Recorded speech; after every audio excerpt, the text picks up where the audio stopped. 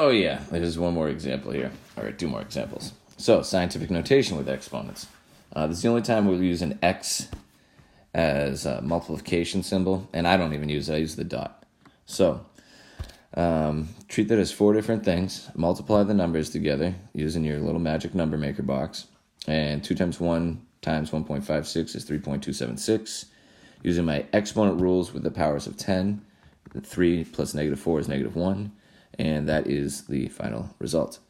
Here, we're going to multiply each of the exponents. Now, of course, this has an exponent just of 1 there.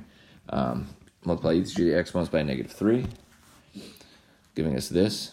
So to do the numerical calculation, I got to go to my calculator. First, I put it on the bottom, and I calculate 1 over 3.25 to the third. And that gives me 1 over 3.328, which I simplify to that.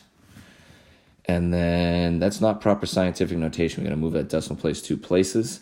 So I got to have one number only in front of the decimal. So moving that back 2, that is 2 decimal places further from the standard notation.